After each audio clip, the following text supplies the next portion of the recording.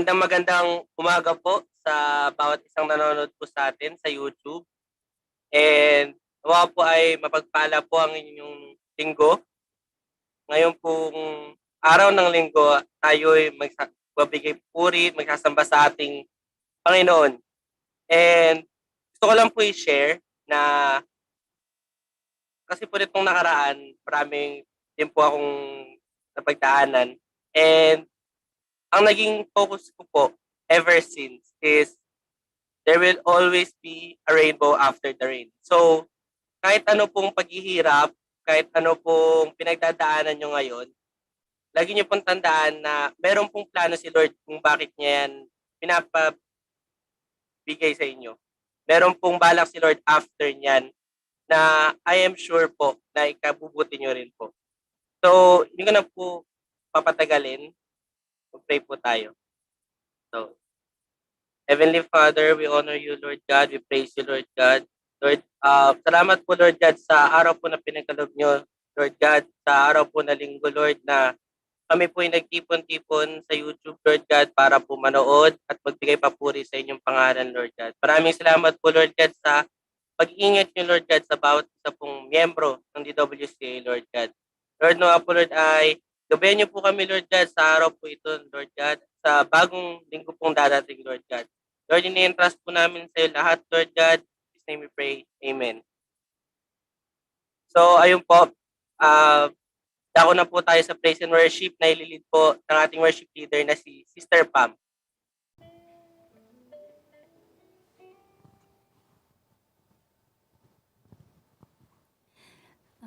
Sabi po sa Genesis pa lang po, after ng fall of man, nagtatago nun sa Garden of Eden si Adam tsaka si Eve. At dumating ang Lord, narinig nila yung yabag ng Panginoon. Sabi ng Lord, nasan kayo? Hinanap niya, nasan kayo? Sa time naman po ni Moses sa burning bush, sabi ng Lord, Moses, Moses. Tinawag pa rin siya ng Lord.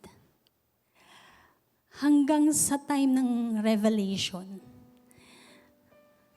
sabi niya doon sa verse sa Revelation, narito ako sa pintuan ng iyong puso, kumakatok.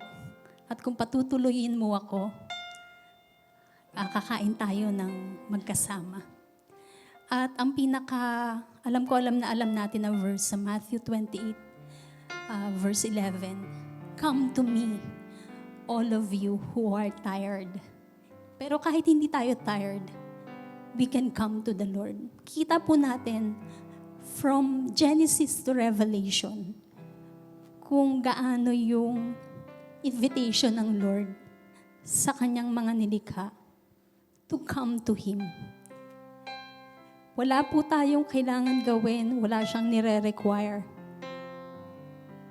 Ang nais ng Lord, pinakanais niya ay pumunta tayo sa Kanya. Yung tumugon tayo sa Kanya sa invitation niya to come to Him. So sa umagang ito, kahit tayo nanonood sa ating mga tahanan, sa pamamagitan nito, nagjo-join tayo sa worship, sa pakikinig ng salita ng Diyos. Sa pamamagitan nun, nalapit tayo at natugon tayo sa invitation ng Lord. Huwag lang natin dalhin yung time natin, kundi yung buong puso natin at kaluluwa natin. Itugon natin sa invitation ng Lord to come to Him. Amen. Lord, sa umagang ito, hayaan mo po na makita mo ang puso at kaluluwa namin na nagnanais na makapiling ka, na dumulog sa'yo, na manahan sa presensya mo, Lord God. Thank you, Lord. Ever present yung love mo, yung arms mo para sa aming lahat, Panginoon. Lagi kang nandyan, hindi ka umaalis. Thank you sa walang hanggan mong invitation para sa amin, O Diyos. Hallelujah, we come to you this morning, O God. Amen.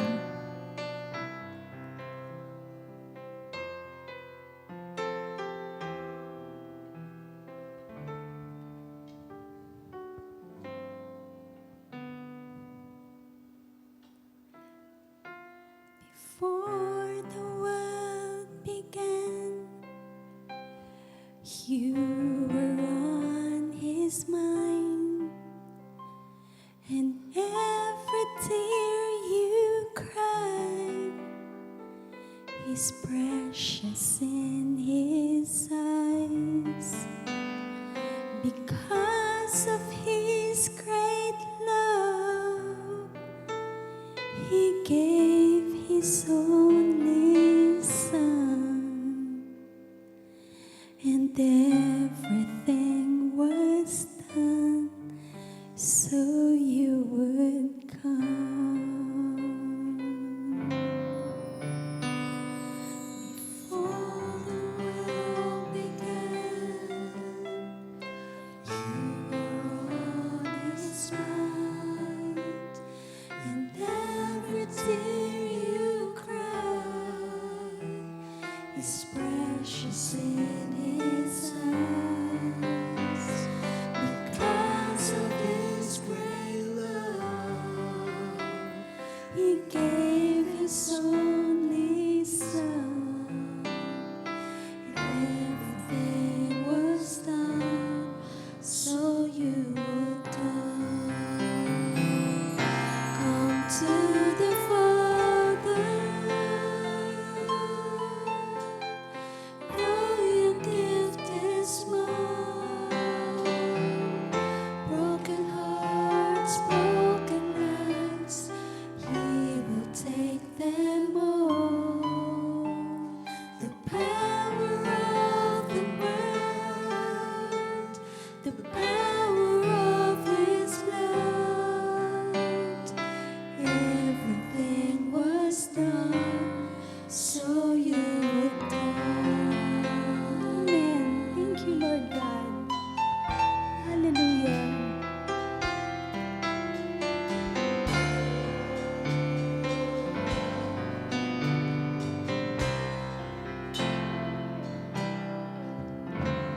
Before the world began, you were on His mind, and every tear you cried is precious in His eyes. Because of His great love, He gave His only Son. Everything was done so you would come. Come to the Father, though your gift is small. Broken hearts, broken lives, He will take them all. The power of the word, the power of His blood, everything was done so you would come. Amen. Thank you, Lord.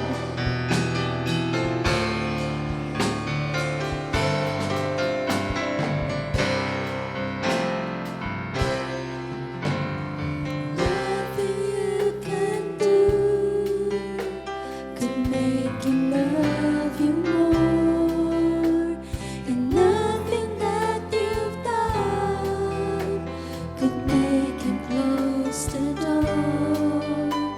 Because of His great love, He gave His only Son. Everything was done so you would come. Come to the Father, though your gift is small. Broken hearts, broken lives, He will take them all. The power of the word, the power of His blood, everything was done so you would come. Let's come to our Father. Though your gift is small, broken hearts, broken lives, He will take them all. The power of the word, the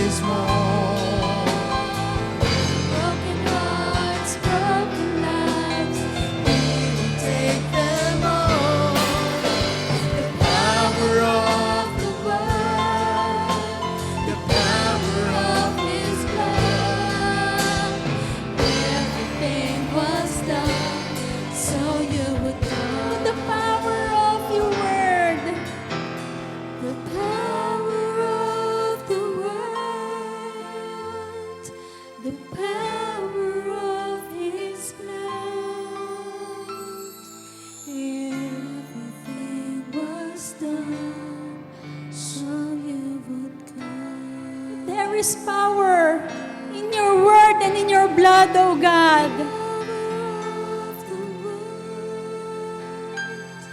The power of His blood,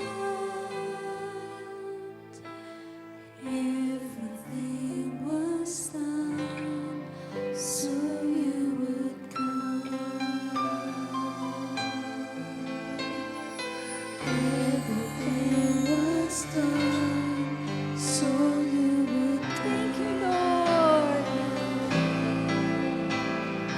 Everything was done. Hallelujah. Thank you that you have done everything so we can come to you, O God. Everything was done so you would. Thank you for your presence and you for your sacrifices, O God. Everything was done so you would come. Oh, thank you for your sacrifices, Lord. Everything was done so you would come.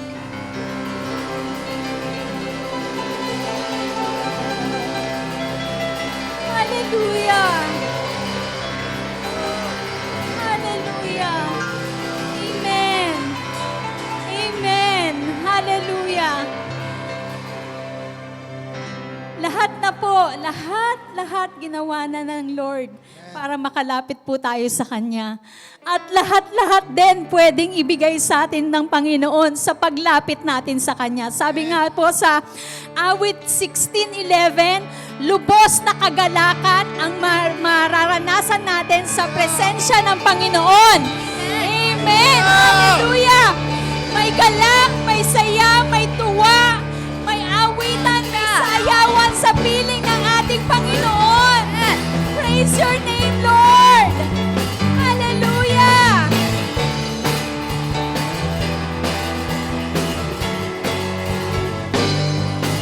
May galak, may saya, may tuwa sa piling ng Diyos. Amen!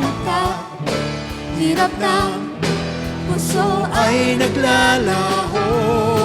May awit, may sayaw, at papuri para sa Diyos. Nahatid ng puso, pinagpala niyang lubos. Saan pa? Sabihin natin!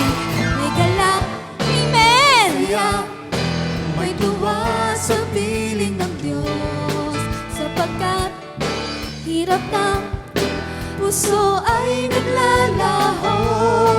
May awit, may sayaw, at papuri para sa Diyos. Nahatid ng pusong pinagpala niyang lubos. Handog niya ay kapayapaan, handog niya ay kagalakan, handog niya ay kalakasan sa bawat pusong napapagat. Kaya't ang awit ng papuri, awit ng pasasalamat, at ang awit ng pagsamba. Para lang sa Panginoon! Para lang sa Kanya. Amen! Amen! Purihin ka, Panginoon!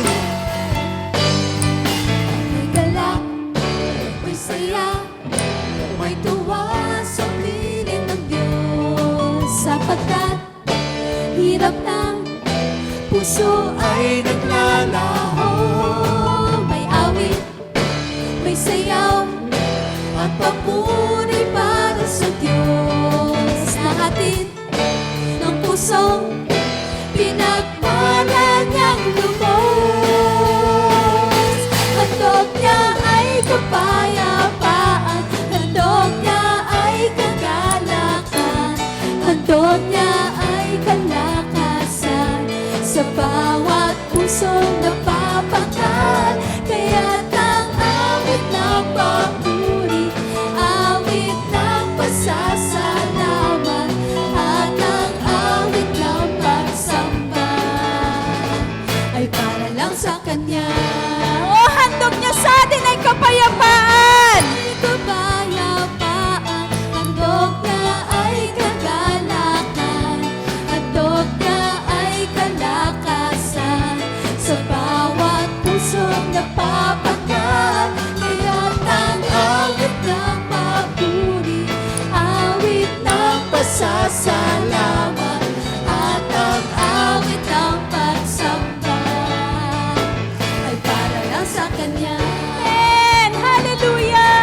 Handog niya ay kapayapaan, handog niya ay kagalakan, handog niya ay kalakasan, sa bawat pusong napapagal.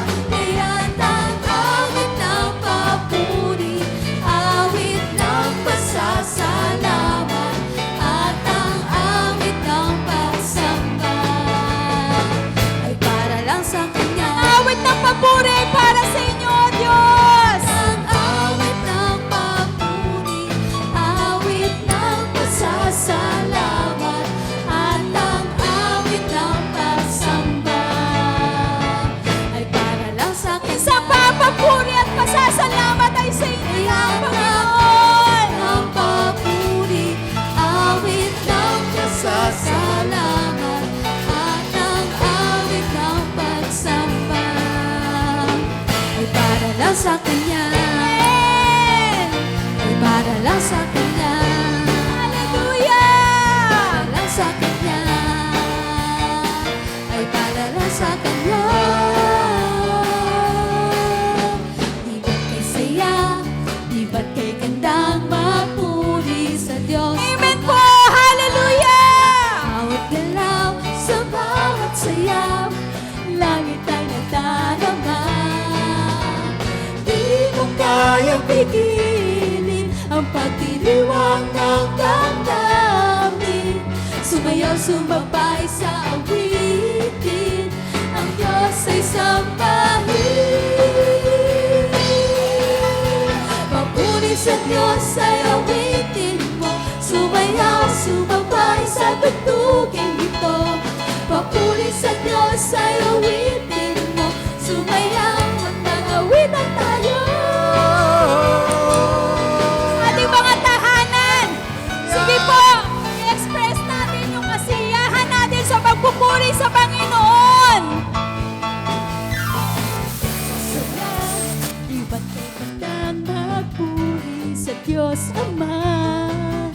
Sa bawat galaw, sa bawat sayaw, langit ay nadarama.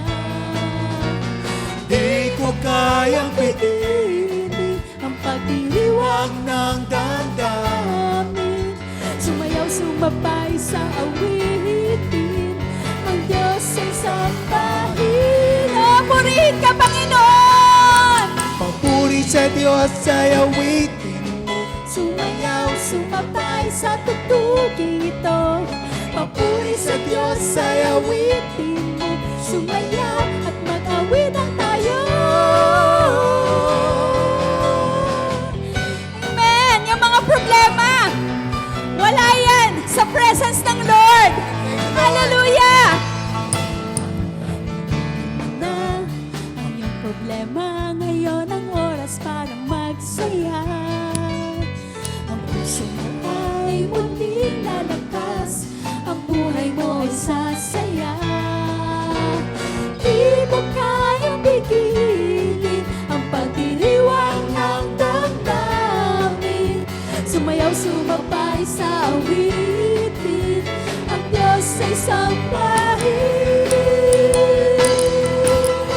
Papuri sa Diyos ay awitin mo, sumayaw, sumabay sa tugtugin ito.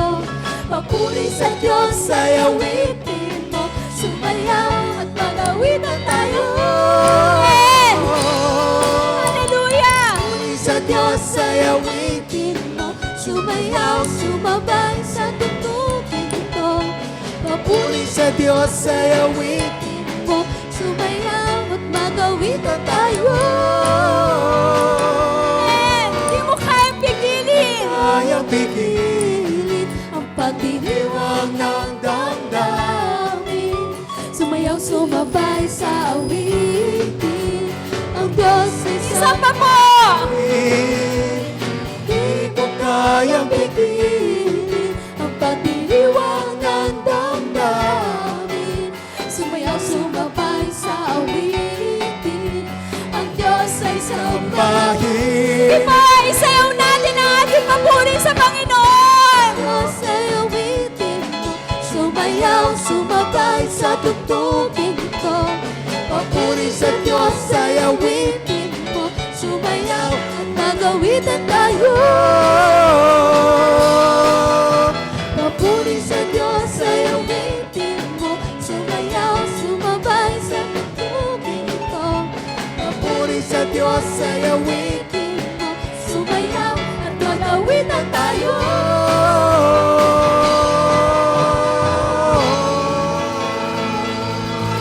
Amen! Hallelujah! Hallelujah! Hallelujah! Praise your name, Lord. Tunay nga mo na ang papuri at pagsamba sa presensya mo. Kailanman ay hindi mapipigilan, Panginoon. Salamat! Salamat, O Diyos! Hallelujah!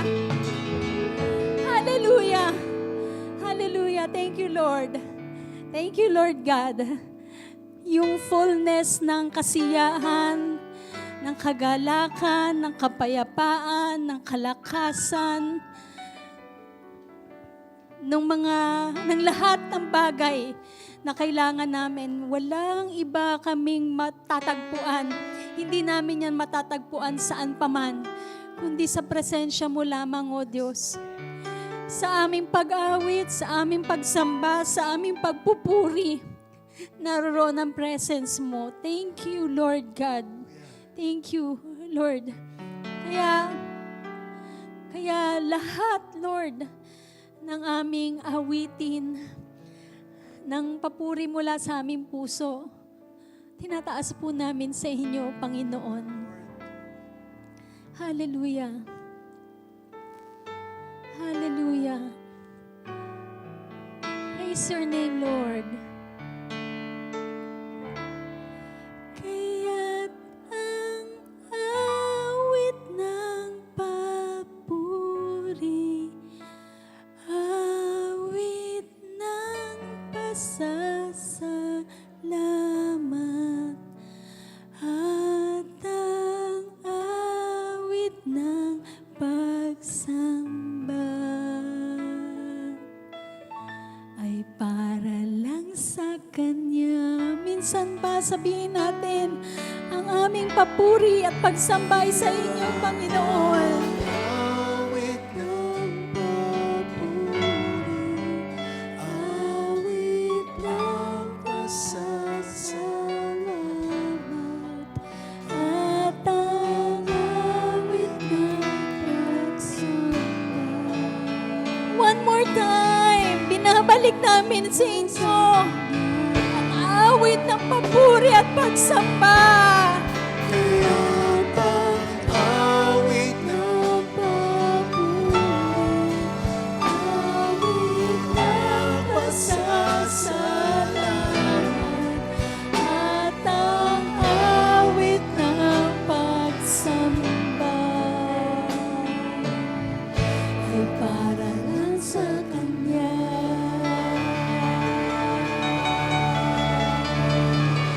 Amen! Hallelujah! Lahat ng papuri, pagsamba at pagluwalhati ay para sa inyo lamang, aming Panginoon. Amen! Amen! Hallelujah!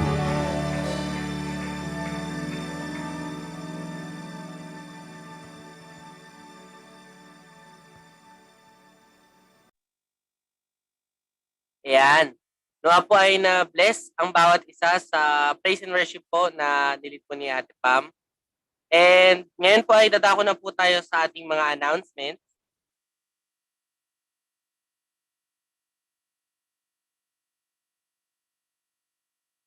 Happy birthday po kay Brother Joshine Clail Isuela sa October 17 po. Happy birthday po kay Sister Roslyn Briere October 19 naman po. Happy birthday po kay Sister Risa Prayer, October 22 po. And happy birthday kay Brother Lance Calvo, October 23. Ang nightly prayer po natin ay tuloy-tuloy pa rin po every night, every 8 p.m. and 9 p.m. po. Straight from the Word, 8 p.m. din po siya every Wednesday po, if I'm not mistaken. And hindi na po natin papatagalin pa, lalo po tayong mabibless sa word po ng Lord na ihahatid po sa atin ng kanyang faithful na lingkod, si Pastor Alex de Castro. Amen. God bless you, Ice.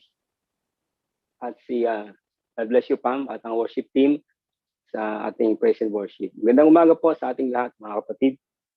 Ito po ay the Lord's Day, kaya tayo po ay excited at masaya. Kasi po, ito po yung panahon ng ating pagtitipon at sama-samang pagpupuri, pagsamba sa Lord at of course, pakinig na kanyang salita. Kaya, bago po natin marinig yung salita ng Lord at yung pong pag-usapan natin sa magang ito, tingnan po muna natin, panoorin natin itong isang video clip.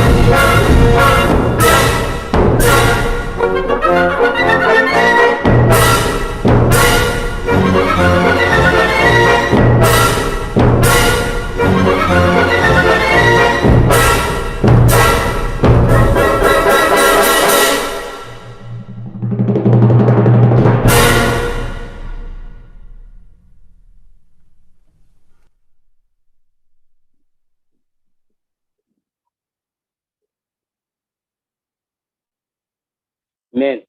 Praise God. So, pag-uusapan natin mga kapatid, isang bagay na lagi nating na-encounter every day of our life.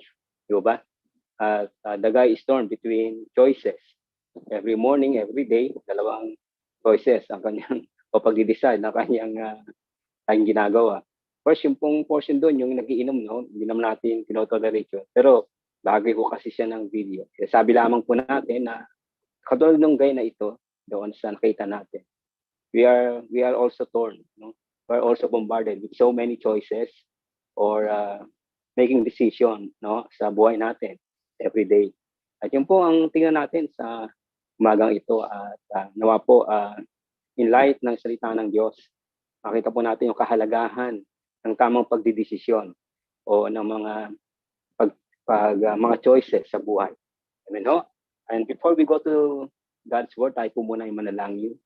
Aming Ama, salamat po sa time ng aming pag-worship sa iyo kanina. Salamat po at ito po ay isang bagay na nakalulugod sa iyo. Kaya salamat po, Panginoon, sa pagkakataon. And even at this very moment, Lord, salamat din po na we have the opportunity to listen to your word and to be blessed ng iyong salita. So be with us as we feast on your word. And may you be enthroned and glorified in our midst. We ask all these things in the mighty name of Jesus. Amen. Praise God. At ang ating pong title ay ito lang. Very pointed doon sa nakita natin. Making decisions. Making decisions. At ang ating pong passage ay Genesis chapter 13. Pero hindi po natin babasahin lahat kasi mahaba siya, no? So, umpisa lamang po natin doon sa mga ilang verses na nakapaloob doon. Tingnan po natin ang verses. Genesis chapter 13, beginning verse 8. Nasabi po ng salita ng Diyos ay ganito. So Abraham said to Lot, let's not have any quarreling between you and me, or between your herders and mine, for we are close relatives. Is not the whole land before you? Let's part company. If you go to the left, I'll go to the right. If you go to the right, I'll go to the left.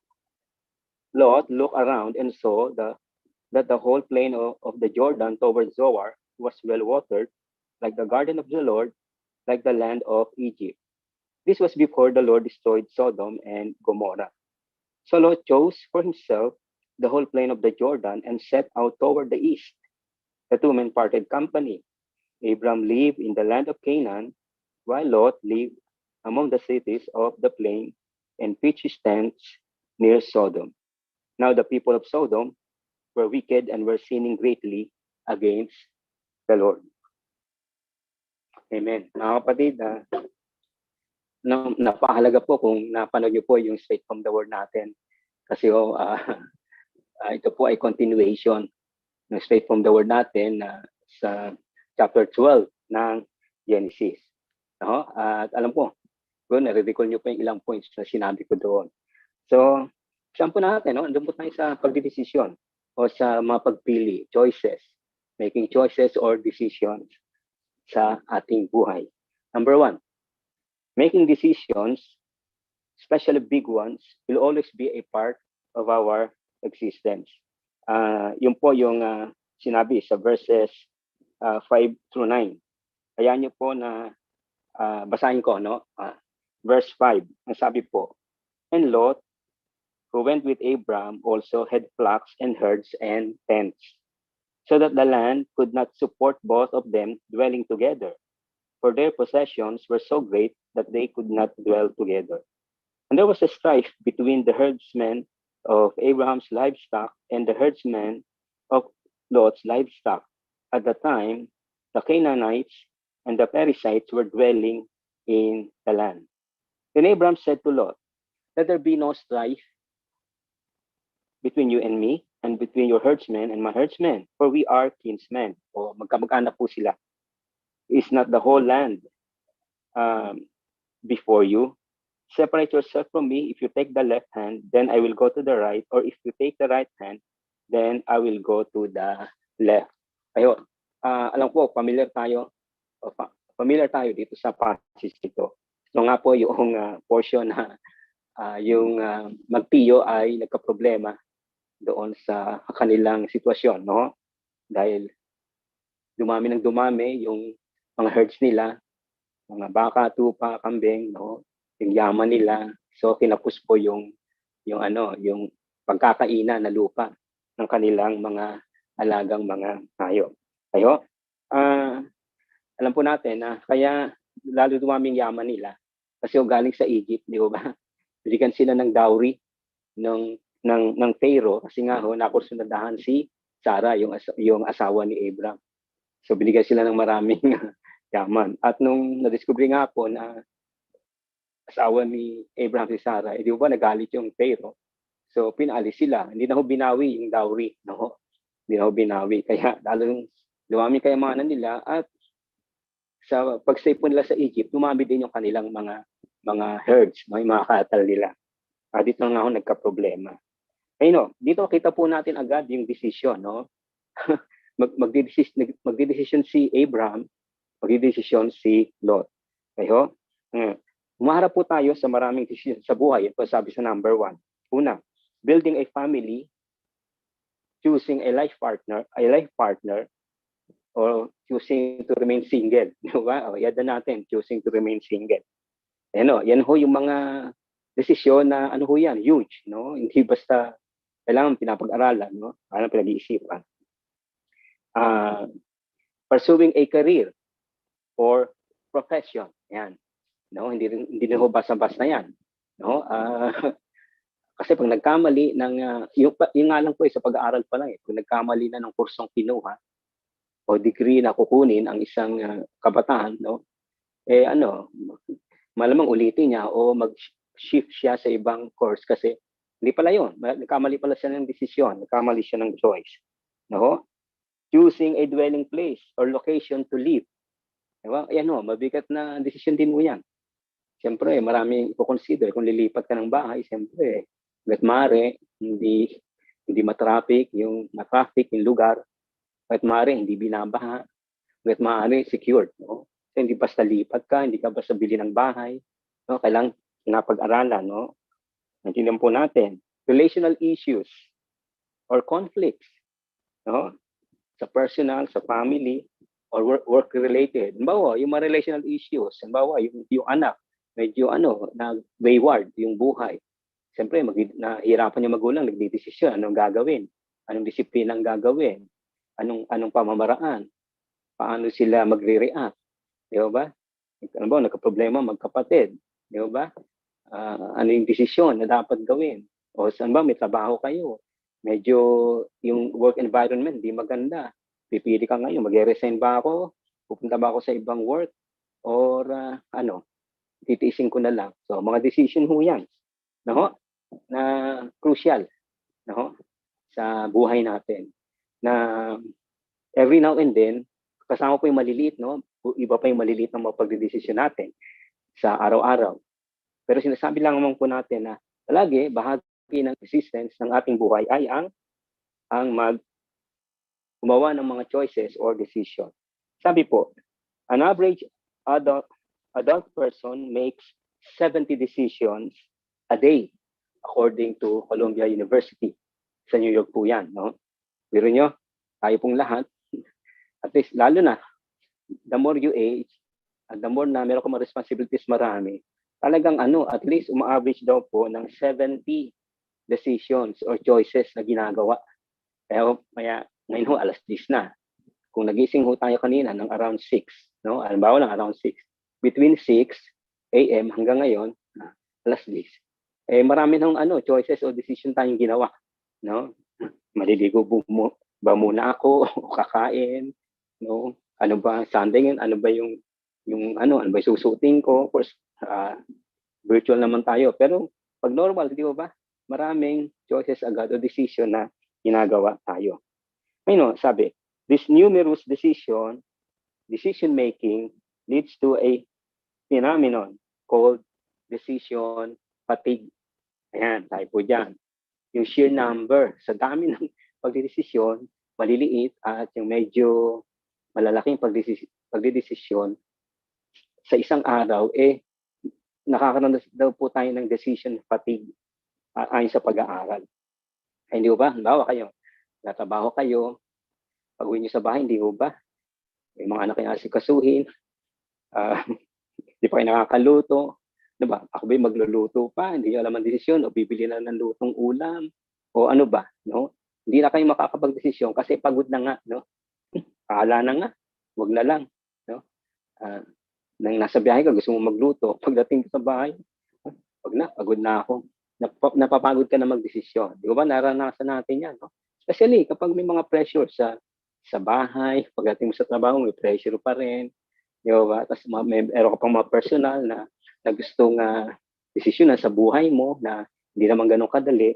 So, nangyayari, nakakaroon po tayo ng, sabi po, decision fatigue.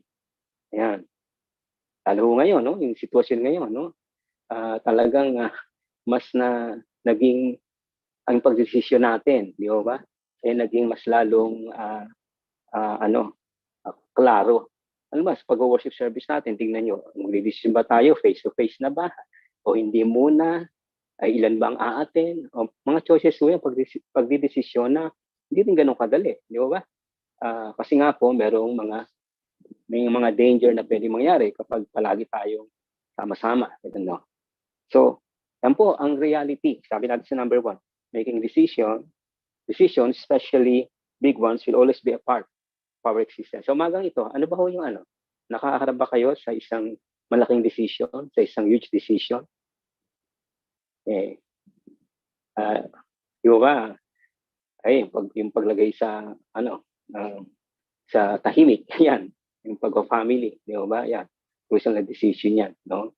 Yan, pinapag-aralan, okay? Kaya hindi basta-basta, yan, nag-i-engage sa ganyan. Number 2, mga kapatid, number 2 tayo.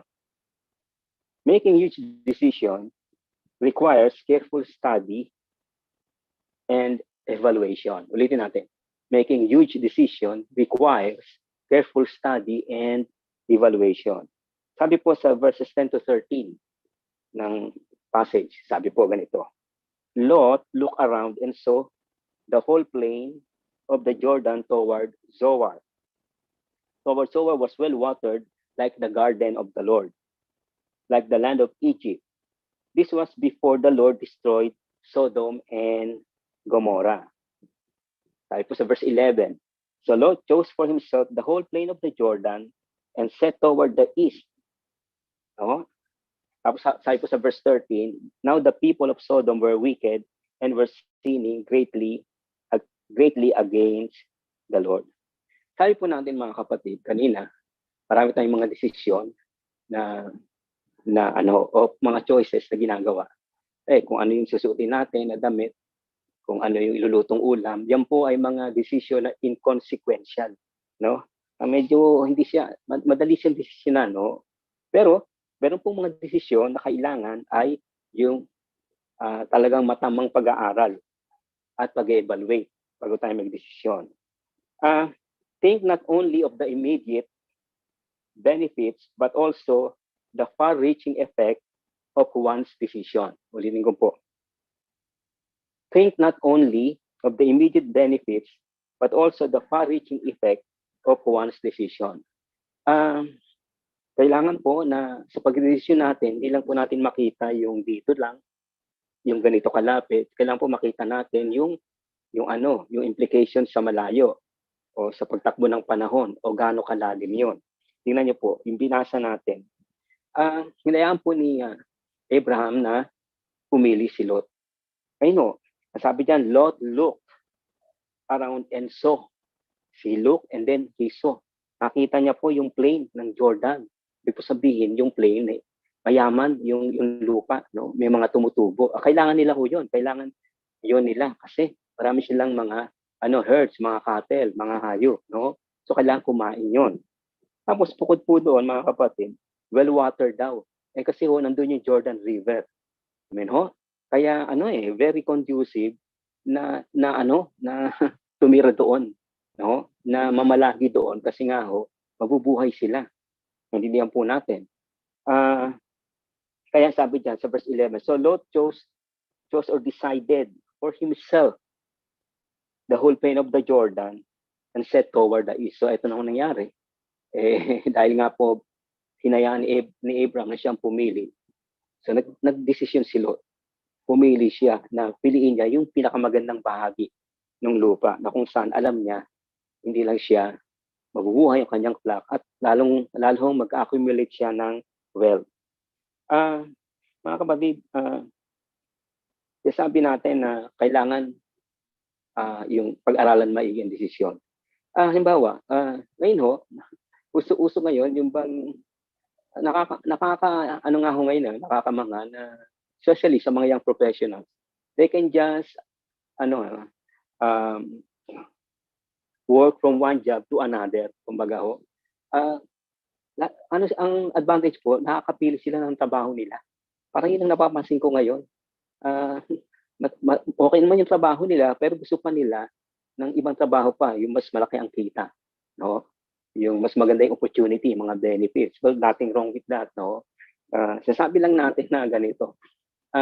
Si Lot, ang kinonsider agad niya yung yung material aspect, no, nung desisyon niya. Hindi mo natin siya masisi kasi kailangan niya ngayon kasi ang dami niyang papakainin eh. May mga tauhan pa siya, no? So doon siya nag-rely. Pero hindi lamang ho yun eh. Kung tutuusin ho, hindi niya namang kailangan din na yumaman pa. Kasi marami na ho siyang pera din eh. Halos kapantay na nga ng yaman ng kanyang tiyo ni Abraham. Pero yun nga ho eh, hindi niya lang nakita yung opportunity na mabuhay sila doon, kundi yung kumita pa. No? Kasi, tandaan ho natin, may mga tao doon sa pupuntahan niya. May mga tao ho doon. Ang sabi nga doon, nandun yung cities ng Sodom and Gomorrah. At yung po ay trade route ho yun eh, daanan ho yun ng mga traders. Kaya talagang business-wise, very ideal yung lugar na pinuntahan ni Lot. Well, yung mga professionals, no, minsan nga kahit sa mga miyembro natin, no, naririnig ko sila na okay, resign sa trabahong ito, pero maganda naman yung sweldo nila. Why? Kasi merong mas magandang opportunity. Mas malaking sweldo, mas marami yung mga benefits, no? Again, okay lang naman yon. Pero halimbawa, kung sa paglipat mo sa trabaho, maapektuhan yung health mo. O sa paglipat mo sa trabaho, sobrang malalayo ka sa family mo. No? Yung communication ay hindi magiging ganun kadalas, although may social media. Or doon sa pumunta mong trabaho, malaki nga sweldo, maganda opportunity. Pero yung work environment naman, alam mo na medyo yung character mo mako-compromise. And then so mag-iisip ka ngayon. So dapat pag-isipan muna, i-evaluate muna kung titimbangin mo ngayon. Malaki sweldo, okay ang benefits. Sa isang banda, ito naman yung negative noon. So kailangan i-evaluate. Hindi yan po natin. Si Lot, di niya na-evaluate. Ang in-evaluate niya lang doon sa financial, sa material aspect. Hindi niya na ho inintindi kung ano pa yung magiging implication pa noon. Tandaan po natin, by this time, si Lot ay na-influensya na po ni Abraham. No? Na-influensya na siya sa kung sino yung tunay na Diyos. No? Yung pinuntahan po ni Lot, puno-puno po yun ng mga pagan people, no? At iba ang mga Diyos-Diyosa noon. At ang kultura ho noon, ibang-iba din, lalo sa Sodom. So, siguro po inisip ni Lot na siguro kaya niya, no? Kaya niya yung cultural norms doon, kung yung pinapractice na against sa morality. But siguro yung iniisip niya. At marahil hindi niya pa nga alam, no? Kasi bago pa lang siya. Pero sinasabi natin, nag-focus lamang si Lot doon sa kung ano yung convenient, kung ano yung convenient lang, no? Kung ano yung pleasurable lang, no? Pero kailangan, no, mga kapatid, sa pagpili o sa pagdidesisyon, kailangan tingnan natin yung overall impact nito sa buhay natin. Si Abraham ho, natuto siya, no? Natuto siya na talaga mayaman yung lugar na yun kumpara doon sa Canaan na kung saan tumigil siya, no?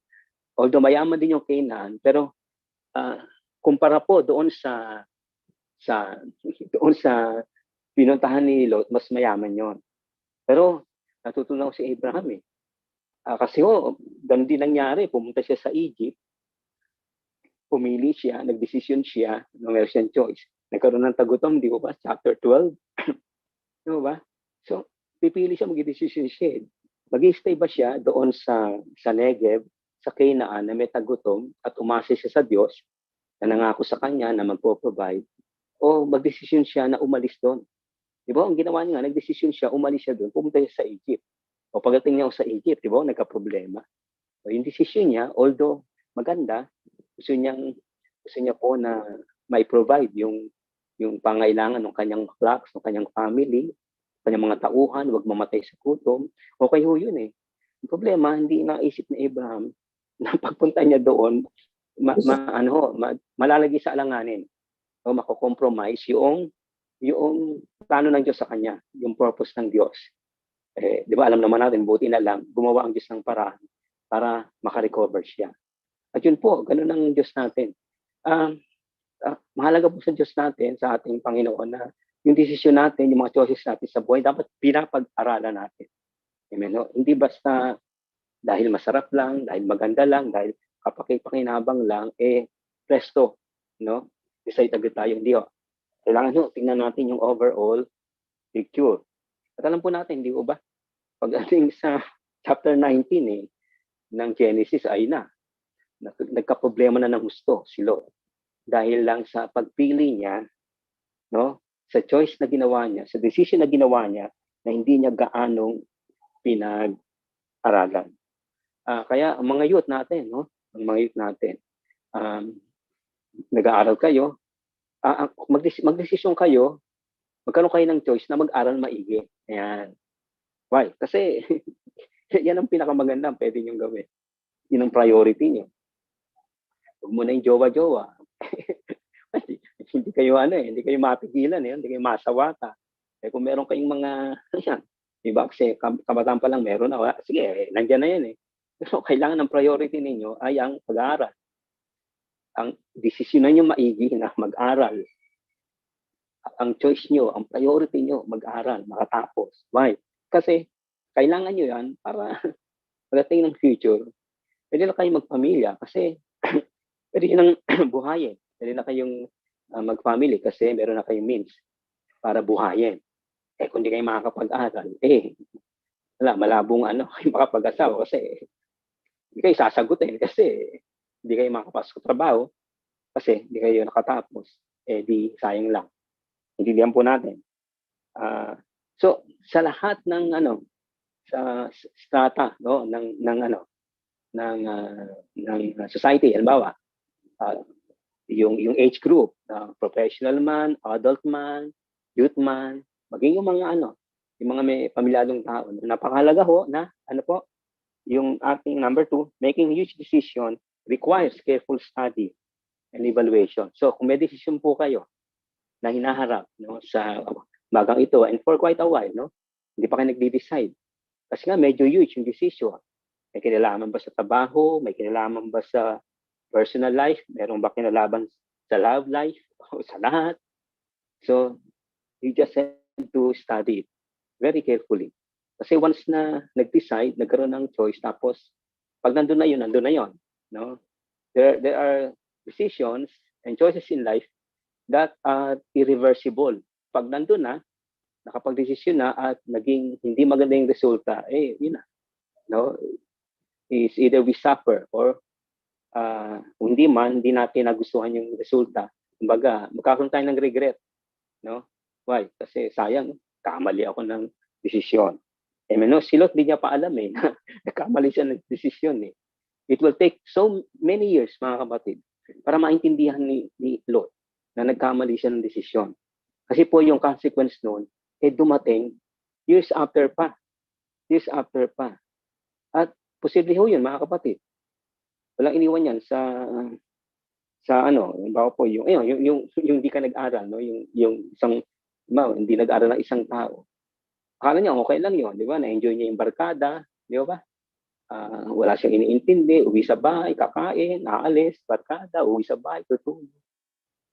Wala lang, okay lang, parang wala lang impact. Pero ito na, after 5-10 years, ayun na. O, nawala na yung magulang. Siya na lang mag-isa. Hindi siya makapagtrabaho. Why? Kasi yung consequence ng kaniyang wrong choice or decision, nag-manifest years after pa. Amen ho? Kaya, yun mga kapatid, napakahalaga na ang paggawa natin ng decision or choices sa buhay ay talagang, sabi natin, making a huge decision requires careful study and evaluation. Amen po mga kapatid. Number 3, ayan, bumalik na. Tayo sa number 3. Sabi po, every decision, whether small or big, has a corresponding consequence, either good or bad. Ito yung sinasabi ko kanina, pero tutuloy ko lang. Sa bawat decision daw, na maliit man o malaki, especially yung malalaki, no? Meron itong katapat na consequence.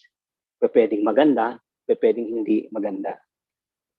Mapapansin nyo mga kapatid, naglabas ng batas ang ating gobyerno na sa mga pakete ng sigarilyo, yung mga kaha, di ba? Na hindi lang lalagyan na cigarette smoking is dangerous to your health. Sa Amerika ko nagsimula yun sa Amerika. No? Alala ko, nung barkada pa ako, tambay pa, yung mga blue seal, kung tawagin. Pag sinabi yung blue seal na sigarilyo, yun, imported galing sa Amerika. Nakalagay ho doon, sa gilid, no? Sa gilid lang, no?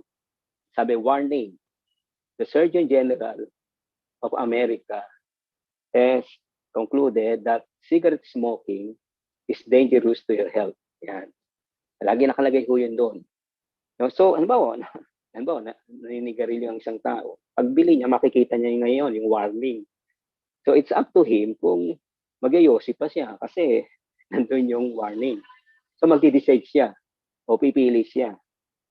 Will he still smoke or will he quit smoking base doon sa warning? Ngayon, sa bansa natin, para lalong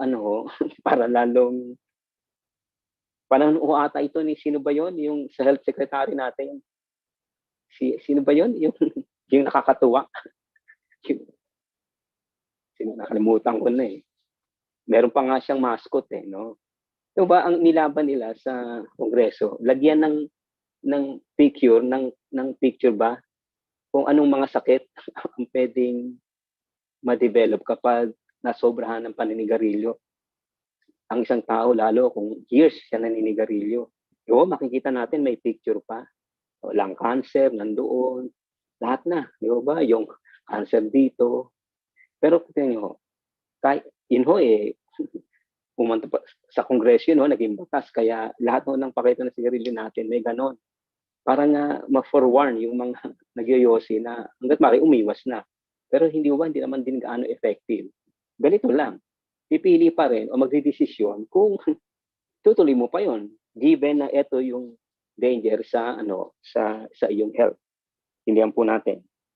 So ganun din sa lahat sa areas ng buhay natin. Dalawa lagi ang consequence ng pagdedesisyon o ng mga choices sa buhay. It could be good, it could be bad. Ang naging desisyon o choice ni Lot, for a while, it was good for a while. Kasi naiwasan na maintain na mapakain yung mga flock nila, hindi namatay. Siyempre, kung hindi namatay, God, na-restore na ako due to technical difficulties. Kaya na kayo mga kapatid. It happens, no? It happens talaga. So, okay lang mga kapatid. At least, tuloy pa rin natin. Kahit na nawala yung momentum natin. Nasaan na ako? Text nyo ako. Nasaan na ako? Kaya ako nawala na. Number 3. Every decision whether small or big, has a corresponding consequence, either good or bad. Ayun sinasabi natin. Sabi po sa verse 10, this was before the Lord destroyed Sodom and Gomorrah. Yun ang sabi sa verse 10. Yun ang hindi na-anticipate. Yun po ang hindi nakita ni Lot. At hindi niya yung makikita kasi papasok pa siya sa loob ng Sodom. sabi po sa text natin, pinitch niya yung tent niya doon sa malayo pa sa city, no? Malayo pa doon sa Sodom, no? Malayo pa. Doon muna siya sa may doon sa periphery lang, doon sa milabas lang. Siguro namasin ni Lot na mas siya, mas malaki kikitain niya pag pumasok siya sa syudad. Kasi yun pong Sodom that time, kumpara sa Canaan, yun po yung sentro. No? Yun po yung sentro. Kumbaga yun ang urban. No? Yung kinalalagyan ni Abraham, rural ho yun. No? Kumbaga parang probinsya, kumbaga sa atin. Yung city, no? Yung talagang nandun yung yung life, no? Yung everything, commerce, economics, yung sa lahat ng makita natin sa siyudad, nandoon no, sa Sodom. So inisip ni Lot na pag pumasok siya doon, mas kikita siya. At doon nga po, pumasok siya doon. Pero sabi po, di ba, sa verse, this was before the Lord destroyed Sodom and Gomorrah. At matagal pa mangyayari yung destruction ng Sodom. Hindi yun nakita ni Lot. Darating pa lang yon. Sabi lamang po natin ganito. No? Sa verses 12 and 13, sabi pa, Abraham lived in the land of Canaan. So naghiwalay sila, no? While Lot live among the cities of the plain. Cities of the plain, no? Hindi pa doon sa Sodom, no? So may mga syudad pa doon sa plain. Tapos po, and pitched his tents near Sodom. Malapit lang sa Sodom, no? Ngayon, ano sabi po ng commentary sa verse 13? Now the people of Sodom were wicked and were sinning against the Lord. I know, yun ang footnote dun. At hindi po yun alam, ayan. Sabi diyan, the people of Sodom were wicked. Tingnan mo yun, he pitched his tent near Sodom. Kaya, nandun pa siya sa ilang mga siyudad, no? Wala pa sa Sodom. Pero malapit niya ipinitch yung tent niya. Kasi interesado si Lot na pasukin yung Sodom para makapag trade commerce. Eventually, doon na siya tumira at yun nga nangyari. Pero yun nga, Sodom were wicked and were sinning against the Lord. Mga kapatid, ito lang. Nung nandun ako si Lot, malapit sa Sodom, imposible hindi niya mabalitaan yung lifestyle ng Sodom. Tandaan ho natin, yung Sodom maunlad na lugar yan. No? Siyudad yan.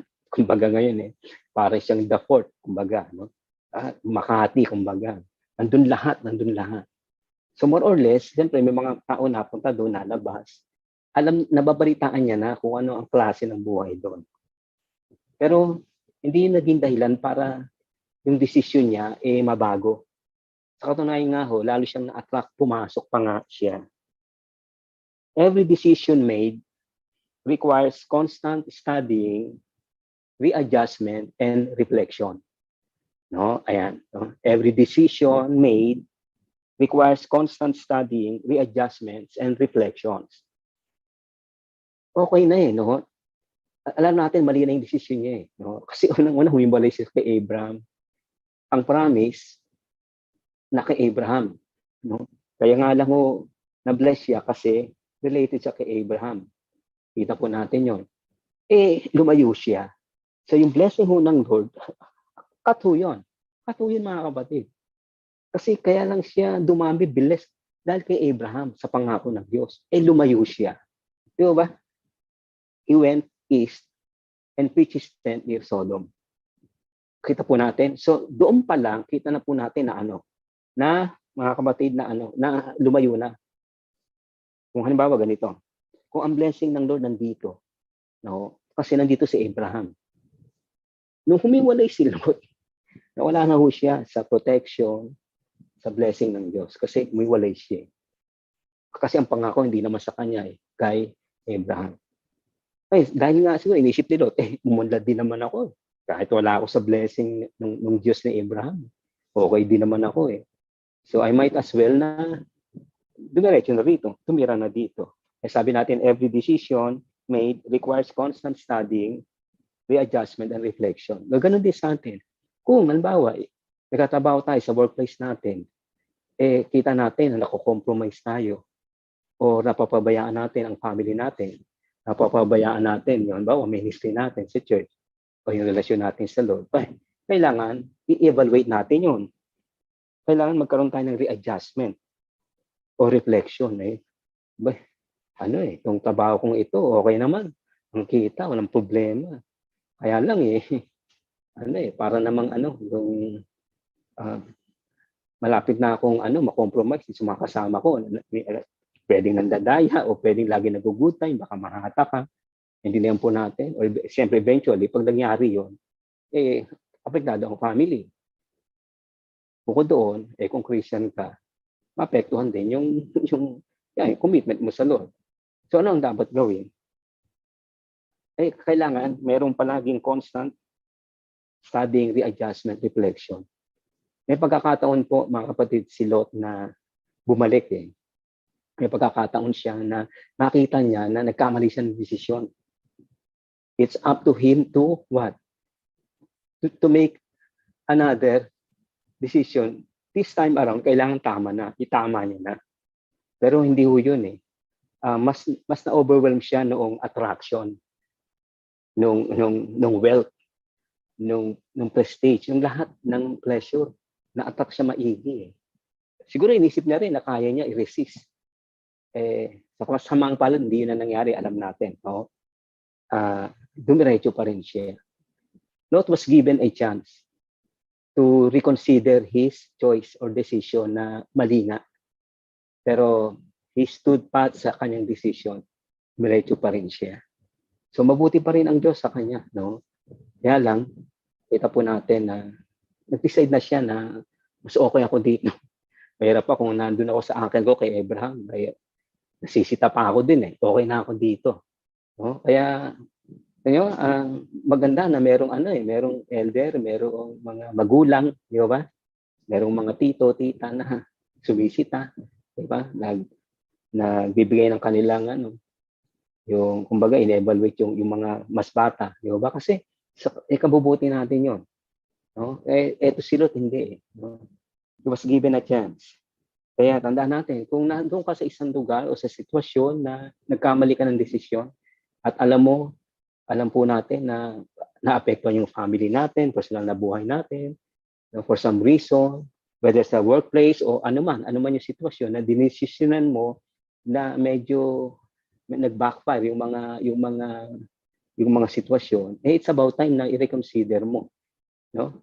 Pero kung trabaho yan, siguro you better look for another job. Kung apektado family mo, apektado ka, yung sa karakter mo, o baka i-engage sa illegal activities yung kasama mo, madamay ka pa. So you reconsider. Halimbawa, kabataan ka, ang mga katropa mo, medyo engage sa mga ilang bisyo. Mahal mo sila, kaibigan mo sila, tropa mo sila, magdesisyon ka. Kailangan magdesisyon ka na medyo dumistansya ka. Bakit? Kasi kailangan mo magdesisyon ng tama. Dahil mapapahama ka kapag hindi ka nagdesisyon ng tama.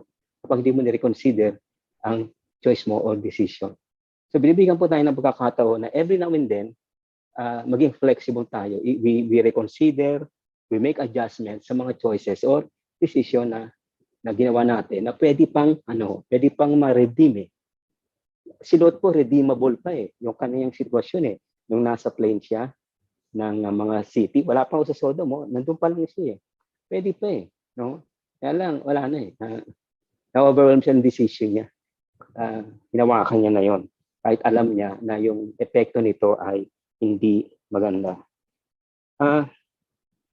Yung po yung nangyari pagdating sa Genesis chapter 19 verse 1, di ba? Naging elder pa nga siya nung Sodom. In other words, nandun siya sa gate nakatira. Nandoon yung legal system, nandoon yung korte ng ang judicial system ng panahon sa biblical times, ng ancient times, nandoon sa gate, di ba? Kasi puro walled city yan, di ba? May mga parang intramuros yan no? Ganun ang mga syudad doon, parang Jericho, di ba? Mataas yung wall, tapos may gate.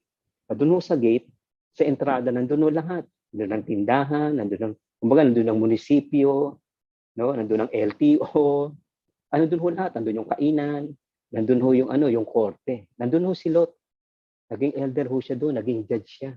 Nandun ho siya, naging very influential na tao siya doon. At kasama nun yung wealth, yung prestige. So, doon po siya na-overwhelm siya noon eh. No? Kaya, kumbaga, aalis pa ba ako dito? Ayos na ayos nga yung sitwasyon ko rito. So, hindi na siya nag-reconsider ng kanyang desisyon. And, alam po natin, nangyari, no? It almost took. Kumbaga, diba, naligtas naman siya sa Sodom, kaya lang, yung tragedy na nangyari sa family niya, yun ang irreversible. Malungkot ho yun. You know, mga kapatid, kaya ulitin ko, no? Kapag nagko-contemplate tayo ng decision or choices sa buhay, tapos alam natin, nagkamali tayo. Ang Diyos gumagawa ng paraan para ma-redeem tayo, para makarecover tayo. Or bago mahuli ang lahat, maka-about face tayo. No? Lumabas ulit tayo doon at yun na, makapagsimula ng bago. Amen ho? Number 4, mga kapatid. Yun nga, before that, since we cannot accurately foresee the future, we must seek guidance and discernment from God. Kaya yan ho ang napakahalaga eh. Kasi yan ho, since we cannot accurately foresee the future, we must seek guidance and discernment from God. Natuto na si Abraham mo ng lesson niya nung nakita niya na pinili ni Lot yung lugar na yun na very prosperous. Nagtiwala ho si Abraham sa Diyos. Alam niya na nangako ang Diyos sa akin na i-bless ako, ipaprosper ako. Ibigyan ako ng lahi, ibigyan ako ng maraming lupa. So nakontento na ho siya doon. Sa chapter 12, nag-fail siya, hindi ba? Dahil sa tagutom, hindi niya iniisip hindi siya nagtiwala sa Diyos na kaya siyang i-sustain ng Diyos even in the midst of a famine. Even a severe famine at that. Diba? Pumunta siya southward sa Egypt. Nag-decision siya, gumawa siya ng choice. Mali yun eh. Halos na-compromise nga siya doon eh. Halos mawala yung asawa niya eh. At yung plano ng Diyos. Ang Diyos nga lang ay sovereign. Di ba sabi ko sa ating straight from the word, ni-redeem, ni-reverse ng Lord yung sitwasyon. Nag-intervene ng Diyos para makarecover siya. No? Pero this time around sa chapter 13, medyo umaangat na yung consciousness or yung maturity ni Abraham. Natuto na siya na unti-unti magtiwala sa Diyos, huwag magdidesisyon ng basta-basta, magdidesisyon palagi in light ng kung ano yung sinabi ng Diyos at kung ano yung pangako ng Diyos sa kanya. Amen ho? So, ganun din tayo. Anong pamaraan para magkaroon ako ng guidance sa aking mga desisyon, mga choices sa buhay? Pero unang-una yung pananalangin. Ilalapit natin sa Diyos, sa kanyang salita. At course, yung mga payo, sa Proverbs, hindi ba, ang daming payo dyan. Na kailangan, hihingi tayo ng payo bago tayo magdesisyon ng mga crucial na desisyon. At kung nagkamali tayo sa desisyon, lalong kailangan natin na humihingi tayo ng payo at lalo tayong lumalapit sa Diyos. Si Diyos lang po ang pwedeng tumulong sa atin. Amen, no? So, sabi diyan sa verse 12, Abraham lived or stayed in the land of Canaan. Sa verse 12. Nag-stay siya. No? Nag-stay siya doon siya tumira sa Canaan. Canaan, compared to Sodom sa Gomorrah, mas prosperous ito. Yung Canaan, okay din. Pero, yung buong yun yun ang promise lang. Kaya nga lang, diba, ang Diyos nga kumikilos siya progressively. Pilihan po natin. At yung pangako kay Abraham, yun, forever kasi yun Kaya, hindi nagmamadali ang Diyos Si Abraham alam natin, pero nagmadali din siya, di ba? Yung promise sa magkakaanak sila ni Sarai, nagmadali din siya doon Pumalpak din yun, di ba? Nagdesisyon na naman siya ng mali doon So, pero dito sa portion na ito, medyo natuto siya, no? Hinayaan niya si Lot na umalis. Hinawakan niya yung pangako ng Diyos. Mga kapatid, there are times kaya tayo nagdesisyon nung impulsive decision o choices sa buhay. Kasi di ba, na-insecure tayo, di ba? We think na napag-iwanan na tayo ng panahon. We think na nagpo-prosper na yung kasamahan natin, yung colleague natin, tayo eto pa rin. Nape-pressure ngayon tayo. So, nagde-decision tayo ngayon ng mga bagay-bagay na lugar na mapaigi tayo, lalong nag-aggravate sa situation. So si Abraham, natuto siya si Abraham. Sabi diyan, he lived and stayed in the land of Canaan. Tandaan po natin, may mga Perizzites, mga Jebusites doon, no? May mga kalaban sila doon. Dangerous pa rin para sa buhay ni Abraham sa kanyang mga plot. Meron talagang mga taong taga roon, mga Canaanites. Talagang nandun sila, mga dayuhan sila. Pero nagtiwala si Abraham na puproteksyonan siya ng Diyos. Ingatan sila ng Panginoon, ipoprovide ng Diyos.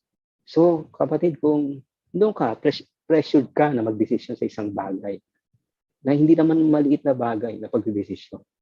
Whether tungkol sa family, o tungkol sa personal na buhay mo, o anumang bagay na mahalaga. Huwag kang ma-pressure dahil sa sitwasyon dito. Huwag yung situations around you na mag-dictate kung ano yung decision mo. Hayaan mo na mag-dictate sa decision mo o sa choices mo ay kung ano yung kalooban ng Diyos. Kung ano yung sinasabi niya sa kanyang salita. And be patient. You stay. Si Abraham, he lived, he stayed sa Canaan. At habang nandoon, ginagabay siya, pinoprovidean siya ng Diyos. Sabi sa verses 14 to 17, the Lord said to Abraham after Lot had departed, ayan na, nung umalis na si Lot, naghiwalay na sila. Eto na, sabi, nagsalita uli ang Diyos sa kanya. The Lord said to Abraham after Lot had parted from him, look around from where you are, to the north and south, to the east and west. All the land that you see, I will give to you and your offsprings forever. I will make your offsprings like the dust of the earth, so that if anyone could count the dust, then your offsprings can be counted. Go, walk through the length and breadth of the land, for I am giving it to you. Tingnan niyo, pasinin niyo yung pangako. In-expand ng Lord yung pangako. Dinitalye. Kasi ang pangako sa chapter 12 ng Genesis, you go to the place where I told you to go, and I will bless you. Ganun ka-general lang. I will make you a great nation. General lang. Pero pagdating mo dito, eto na, dinitalye na ng Diyos yung pangako. No? Hindi sa isa na. In-itemize na ng Diyos yung pangako. Talaga, kita ni Abraham, ganun katindi yung pangako sa kanya ng Diyos, yung purpose sa kanya ng Diyos. Kita niyo, hindi natin alam mga kapatid, kung ano yung magandang purpose ng Lord sa buhay natin. Especially, we doubt it and nare-resist natin. Especially kung contrary nangyayari sa sitwasyon ng buhay natin, di ba? Pero kung tinignan po natin, katulad ni Abraham, di ba? Ang ganda ng pangako sa kanya ng Diyos, nagkaroon ng tagutom doon sa Canaan. Pumunta siya sa Egypt, lalo siya nagka-problema. Ngayon, balik siya sa Canaan. No? Sa Bethel, balik siya. Ito naman, no? Mas naunahan siya ni Lot sa mas magandang lupa. Parang inconsistent, di ba? Pero hindi ho Ang Diyos kasi, unti-unti siya ang pagkilos niya alam ng Diyos kung paano tayo i-deal, kung paano siya makikipag-relate sa atin, kamukha kay Abraham. So natuto si Abraham na magtiwala at maging patient sa kaniyang Diyos. Sabi po sa Proverbs chapter 3, verses 5 to 6, trust in the Lord with all your heart and lean not on your own understanding. In all your ways acknowledge Him, and He will make your paths straight. Psalm 32, verse 8, I will instruct you and teach you in the way you should go. I will counsel and watch over you. Yun yung sabi ng Lord. No? Kay si David po ang ano niya. Psalm 32, nire-review niya ni David. Ang context niyan po, yung failure niya sa maraming bagay, pagbagsak niya, naging kasalas niya. So sabi ng Lord, I will still instruct you. I will teach you in the way you should go. I will counsel you. So, hingin po natin, umasa po tayo sa counsel ng Diyos, sa gabay niya. Lalo, kung halimbawa sa sitwasyon ngayon, sa inyong buhay marahil, you are facing ng mga problema. You are confronted with so many decisions to make na hindi naman madadali, nalilito kayo. Stay put lang, dahan-dahan lang, Then po natin yung gabay ng Diyos. Basahin po natin yung circumstances. Kasi doon, kikilos man po ang Diyos no? Madidiscern po natin yan. Kay Lot, wala lahat yun Basta, rush dire-diretso, bahala na, basta. Ito yung gusto ko, ito yung desisyon ko. Mga kapatid, sabi, we need God's assurance every now and then as we live through the decisions we have made in life. We need God's assurance every now and then as we live through the decisions we have made in life. Di naman ho kailangan ni mga kapatid, di naman kailangan ni Abraham yung yaman. Bago ho siya tawagin ng Diyos, napakayaman niya na nga Siya nga ho yung king doon sa sa Haran. Siya ho yung king doon. Kilala ho siya doon. Hindi niya na kailangan ng prestige, ang wealth, ang influence, ang power. Naka-Abraham na ho lahat yun. No? Kaya pwede niya nga i-ignore ang Diyos na nung tinawag siya. Pero, alam niyo, meron na intindihan si Abraham Meron siyang prestige, meron siyang wealth, meron siyang influence, meron siyang power, nasa kanya lahat. At marami siyang sinasambang Diyos-Diyosa. Meron lang isa wala sa kanya. Wala siyang genuine na encounter sa isang divine being. Yun ang wala sa kanya. Alam ni Abraham yun. Naramdaman niya. Nasa akin ang lahat, pero sa dinabi-dami ng mga Diyos-Diyosan dito, wala silang dating. Kaya nung nagsalita ang Diyos, si Yahweh, ramdaman mo ni Abraham, naintindihan niya, ito yung tunay na Diyos. So despite of his wealth, yung vastness ng kanyang wealth, ang influence niya, nung sinabi ng Diyos, malis ka rito sa lugar na ito. Bakit siya sumunod? Ito lang ang reason. Yung isang bagay na wala sa kanya, yun ang hinahanap niya. Encounter with the living God. Encounter niya. Nagpayag sa kanya yung tunay na Diyos. At yun ang wala sa kanya. Kaya nung sinabi ng Diyos, umalis ka rito, walang dalawang salita, alis si Abraham. Kasi hindi na, tapos na yung enjoyment niya, nung yaman niya, nung prestige niya. Nararanasan niya na yun. Meron siyang isang nararanasan sa buhay. Sino ang tunay na Diyos? At anong klase ang tunay na Diyos na ito? At yun nag-reveal sa kanya. Kaya excited si Abraham, umalis siya. Kasi tuwan-tuwa siya na encounter ko ng tunay na Diyos. Eto na siya. Si Yahweh siya. So yung yaman niya, secondary na lang lahat sa kanya. O hindi ba sa atin din? O meron tayong trabaho, may profession kayo, may degree kayo, may bahay kayo, may lupa kayo, may family kayo, may sasakyan kayo. Pero ano ang pinakamahalaga sa atin? Ano ang mas enjoyable? Ano yung mas nagbibigay ng meaning sa buhay natin? Di ba ang Diyos? Amen ho? Diba dahil mga anak tayo ng Diyos Hindi na po ba natin? And everything around us becomes secondary. Diba kaya sabi ng Lord, na mayamang binata. Beta mo lang sa kayamanan. Sumunod ka sa akin, magkakaroon ka ng kayamanan sa langit. Kasi alam mo ng Lord, ang kailangan na desisyon, di ba pinapag-desisyon siya ng Diyos binibigay siya ng choice It's either you follow me, di ba? You give up your wealth, at ako maging kayamanan mo. Pinili nung binatang mayaman, yung material wealth, di ba? Kaya mga kapatid, katulad din tayo ni Abraham. Huwag tayong ma-excite lang. Ang ating excitement, ang ating delight, hindi yung mga bagay na meron tayo, yung na-achieve natin. Di ba? Yung comfort natin. Okay yan, salamat. May mga ganyan tayong lahat. Pero ang pinakamahalaga maintindihan natin, ang nagbibigay ng delight sa buhay natin, na security, di ba? Lahat ng ganda. Kasi meron tayong Diyos na kinilala. Meron tayong Panginoon sa buhay natin. And more than enough yun para pagdating ng mga uncertainties, insecurity sa buhay, di ba? Panatag tayo kasi alam natin. Katulad ni Abraham, merong Diyos na gagabay, magsusustain at lilingap sa atin. Amen ho? So, hindi na siya na naging na-insecure.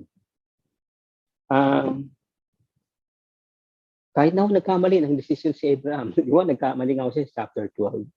No? Ito ang maganda sa Diyos ni Abraham at sa Diyos natin. Pagkamali man tayo ng desisyon, kamali man tayo ng choices sa buhay, kaya tayong i-redeem ng Lord. Ano? Chapter 12, di ba? Sabi ko last Wednesday, irredeemable na yung situation. Hindi na yung kaya ni Abraham. It's either patayin siya ng Pharaoh dahil niloko niya, no, o gawin silang alipin, at si Sarah, kunin na talaga, pwede siya maging asawa, at makompromise yung pangako ng Diyos. Wala na siyang magagawa doon. Pero kumilos ang Diyos supernaturally. Muli siyang ibinalik. Di ba? So, ganun din ang Diyos natin. So, kapatid, kung meron kang mga wrong decisions sa buhay o choices, na alam mo, na hindi naman ganun kadali din, na talagang nagbigay sa'yo ng pain, di ba? Nagbigay sa'yo ng regret. Pamagalala. Hayaan mo na yun. Kaya kang muling bigyan ng another start or fresh start ng ating Diyos. Kaya si Abraham, chapter 12, verse 1 ng chapter 13, di ba? Balik siya sa Bethel. Di ba? Balik siya doon sa right track. Tingnan niyo po yung verses 1 to 4. Verses 1 to 4. Patapos na ako mga kapatid. Verses 1 to 4 ang sabi. Sabi. So Abraham went up from Egypt. Ayan. From Egypt, chapter 12 yun di ba? 13 verse 1. Balik siya sa Egypt to Negev. Yung dati, yung kung saan siya pumunta. Diba? With his wife and everything he had, and Lot with him. Abraham had become very wealthy in livestock and in silver and gold. Verse 3, tingnan ninyo. From the Negev, ito yung talagang dito sila nag-umpisa. From the Negev, he went from place to place until he came to Bethel. Ayan. To the place between Bethel and Ai, or Ai, where his tent had been earlier and where he had first built an altar. There, Abraham called on the name of the Lord. Kaya sinama ko itong verse 1 to 4. Ito yun ang mahalaga, mga kapatid. Chapter 12, mga kapatid. Ang ruta ni Abraham, papunta dito sa Negev, papuntang Bethel. Ano ang meaning ng Bethel? Di ba house of God? Yung Bethlehem, house of bread. Di ba? Yung L kasi, di ba? Beth-El. Yung E-L, Diyos yun. Yung Bethel house, yung Beth, house yun. Pag sinabing Bethel, house of what? House of God. Ano nangyari sa Bethel? Doon niya po binild yung altar, heap of stone. At doon siya nag-alay. Malamang nag-alay siya doon ng offering sa Diyos. Kamukha ng mga Canaanites. Kaya lang, inaalay niya yung tunay na Diyos. Nag-sacrifice siya, tapos nag-worship siya sa Diyos. Pagdating mo sa ginawa niya sa chapter 2, pagdating sa chapter 30, ginawa niya uli. Sa verse 18, so Abraham went to live near the great trees of the Mamre at Hebron, where he pitched his tents, where he built an altar to the Lord. Sa verse 18, itong chapter 13. Tingnan nyo, nag-build na naman siya ng altar. Mga kapatid, bakit to? Kasi mula sa desisyon na palapak sa chapter 12, na halos talagang buti na lang nag-intervene ng Diyos, kundi wala na talaga sila. Wala na si Sarah, yung asawa niya, baka nga siya ipapatay pa. Dahil sa wrong choice, wrong decision. Ba't ano ginawa ng Diyos? Gumawa ang Diyos ng paraan para i-preserve pa rin yung pangako kay Abraham. Not only yung pangako, mismo doon kay Abraham, kasi mahal siya ng Diyos. Ibinalik siya sa Bethel. Well, kung saan doon siya nagsimula si Abraham na mag-build ng altar. Bethel, the house of God. Ngayon, pagbalik na chapter 30, sabi sa verse 18, nag-build uli siya ng altar. In other words, sinasabi natin na ni-recommit ni Abraham yung kaniyang devotion, at doon niya naintindihan na meron siyang another beginning kay Yahweh. Na despite ng maling mga choices niya at decision niya sa buhay, at hindi pagtitiwala sa Diyos, eto, binigyan uli siya ng another chance. So mga kapatid, ganun ang ating Diyos. Siya yung Diyos na pag nangako sa atin, pumalpak man tayo. So, dahil sa mga choices natin, decision, kaya po ng Diyos na yan ay bigyan ng lunas. Pero kailangan katulad ni Abraham, handa nating makita yung limitation natin, yung pagkukulang natin, yung pagkakamali natin. Amen ho? Hindi kagaya ni Lot. Alam niya na, nagkamali na siya. Alam niya, sabi ko kanina, di ba? Kita niya na pupuntahan niya Pero hindi siya nagkaroon, hindi siya reconsider sa decision niya. Diretso pa rin siya. At yun ang ikipinahamak ng kanyang family sa chapter 19 ng Genesis. So babalik-balik tayo sa Bethel, house of God. In other words, pag tayo nagkamali ng decision sa buhay, ng choices sa buhay, no? Isang direksyon lang pupuntahan natin Pabalik lagi sa Diyos. Palagi ko sa Diyos lang, mga kapatid. Mag-fail man tayo, ano man yung sitwasyon na mahirap at di natin nakayanan. Isa lang ang direksyon para mabuo tayo, babalik tayo. Si Abraham ibinalik siya ng Lord sa Bethel, sa house of God, meaning sa presence ng Diyos. At doon gumawa siya ng altar, sinamba niya uli ang Diyos. There are many things, there are many ways, there are many paths para maruwi ang buhay natin, para mawala buhay natin. But there is only one way, one path para ma-restore tayo. Pastor, saan? Sa presence ng Diyos. Sa panahon ni Abraham, sa Bethel, sa house of God, bumalik siya doon. Tayo, saan tayo babalik? Di, babalik tayo sa Diyos. Papakababa tayo. Lord, nagkamali ako ng desisyon, nagkamali ako ng choice. Sorry po. So ito yung Diyos natin, na mabagin, mabiyaya, persevering, patient sa atin. Ano gagawin niyo? Di ba? So kay Abraham, bibigyan tayo ng another opportunity para kung hindi na ma-right yung maling desisyon, doon na yun may consequence yun Pero hindi pa tapos, mga kapatid. God can still start anew sa buhay natin. Amen ho? So sa umaga ito, kung gano'n, baka meron kayong desisyon na manlamig, meron kayong choice na manlamig, mag-ano muna sa Lord, magmatigas. Huwag na natin gawin, mga kapatid. Natin gawin. Magdesisyon na lang tayo, pumili lang tayo, magkaroon tayo ng choice na lalo pang lumapit, lalo pang ibuhos natin ang ating buhay, lakas natin sa Lord. Kasi yun ang mahalaga, yun ang dapat. Yun ang pinakamahalagang desisyon na pwede natin gawin. Yung lagi ang buhay natin ay mahawakan, mahipo ng ating Diyos. No? So, spiritual decision is the most important na desisyon palagi sa buhay natin. Pag ginawa po natin yun, ang Diyos po ang bahala sa atin. Mag-fail man tayo, kamali man tayo ng previous decision, God is able to bring us back sa right na direction ng buhay. I-restore sa atin yung magandang purpose niya sa buhay natin. Ito po yung huling quote. Ito po, tapos sa tayo. Sabi po ni John Maxwell, yan. Pakita nga natin yan. Yan, sabi niya, life is a matter of choices. And every choice you make makes you. Yan, no? Si John Maxwell ay dati pong pastorian na nagretiro na. After 25 years, nag-retire siya bilang pastor. At sabi niya, ang calling niya ngayon ay maging motivational speaker sa buong mundo. Yan isa sa sinishare niya sa kanyang mga conferences, sa mga seminars. Sabi niya, yung pagpili, yung pagdidesisyon, life is a matter of choices. Every choice you make, makes you. So sa umagang ito, pag nag-choose tayo, nag-decide na mag-commit, mag-devote ang buhay natin sa Diyos, yun ang magiging tayo. No?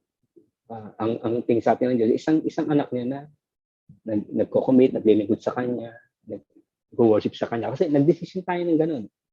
Pwede naman tayo mag-decision ng contrary doon. And that will make us. Yun ang magiging tayo. Amen ho? Si Lot, yun na naging ganun siya. Sa decision niya na lumayo sa poder ng kanyang tiyo na maka-Diyos.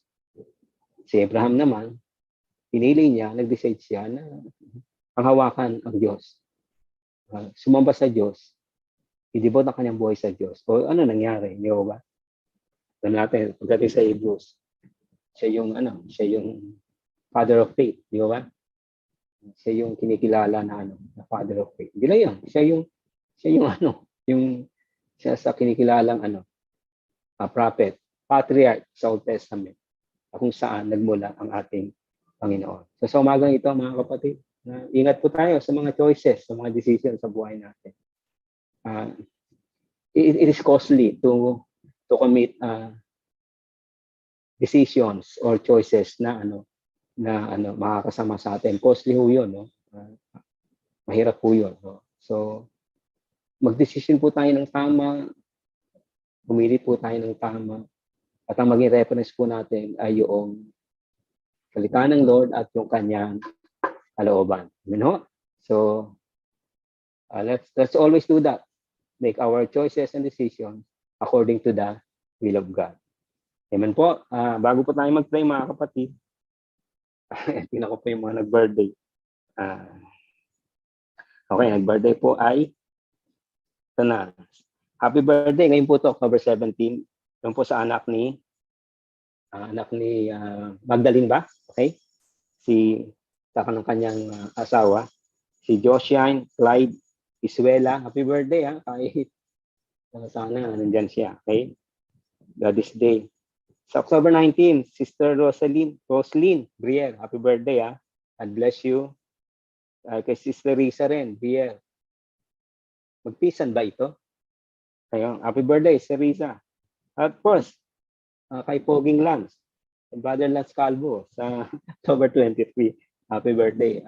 Pagpalaan kayo ng Lord sa inyong nalapit na birthday. At happy birthday ngayon kay Josiane. Ganda naman ng pangalan. Clyde. Okay? So, mga kapatid, God bless us all. Tayo po yung manalangin. Aming Ama, salamat po sa oras na ito, sa kakataon po na nagkaroon kami ng online worship service, although karoon ng mga konting problema. Pero salamat po, alam namin na ikaw pa rin po yung umayos dito para po matapos din namin ang aming worship service. Sa umagang ito, dahil po namin yung anak po ni Magdalene, Lord, ay yung kanilang si Josiane, no? Ingatan mo po siya, bless mo po siya, Panginoon. Bata pa siya para po maprotektahan siya dito sa existing situation na delikado. Nawa po, lumaki ang batang ito na maimulat ng kanyang mga magulang patungo sa iyo. Bless mo po siya sa kanyang birthday ngayon at maging so happy ang kanyang mga magulang sa kanilang anak dahil sa kanyang birthday ngayon. Bless mo po ang kanilang anak na ito na si Josiane Clyde. At sa mga dating na araw po, kay Sister Roslyn, kay Sister Risa, at kay Lance, Lord, mag-birthday po sila. Nawa, O Diyos, sa liwanag po nung pinag-usapan namin na yung salita, gabay mo po sila sa mga decisions, choices ng kanilang buhay. Sa kanilang birthday na darating, kayo po yung mangusap sa kanila para po ma-enjoy nila yung buhay na binigay mo sa kanila. Sa takdang araw ng kanilang mga kaarawan, O Diyos, patuloy na maranasan nilang yung pagpapala at ang kagalakan sa kanilang buhay. Nawa, magamit po niyo patuloy, mga kapatid namin ito, para sa iyong kaluwalhatian. Bless mo po sila sa kanilang nalalapit na mga kaarawan. Yung po mga request nila sa kanilang puso, bigyan mo po ito ng fulfillment. Maraming pong salamat, O Diyos, at sa bawat isa na kasama po namin sa aming Zoom worship service. I-bless mo po ang lahat ng iyong mga anak, O Diyos. Ang iyong mayamang pag-iingat ay maranasan po ng bawat isa sa amin. Lord, ikaw po yung patuloy na tumugon sa lahat ng pangailangan ng bawat isa sa amin.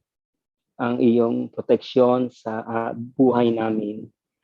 At Lord, anything na may request po yung mga anak po ninyo sa oras na ito, you know them, Lord. Nothing is hidden from you. Bigyan mo po ng katugunan kung ano po yung mga prayer request nila na gusto po nilang magkaroon ng katuparan o ng katugunan. Marami po salamat. Salamat, O Diyos. At hayaan nyo nga po sa mga lalalabi pang oras ng araw na ito ang iyong patuloy na pagbabantay sa buhay namin at pag-ngungusap ay maranasan po namin. Bless mo po ang lahat ng mga kapatid namin o yung mga anak na ginamit po sa worship service namin sa araw na ito. Salamat sa iyo, O Diyos, at tanggapin po namin ang iyong mayamang basbas sa amin sa umagang ito. Mga kapatid, ang pag-ibig po ng Diyos Ama, ang biyaya at pagliligtas ng ating Panginoong Kristo at ang aliw at gabay ng Espiritu ng Diyos ay maranasan po ng bawat isa sa inyo. Sa pangalan ni Jesus, Amen. Praise God. Mga kapatid, maraming pong salamat. Muli, sumayin niyo ang pagpapala ng ating Panginoon.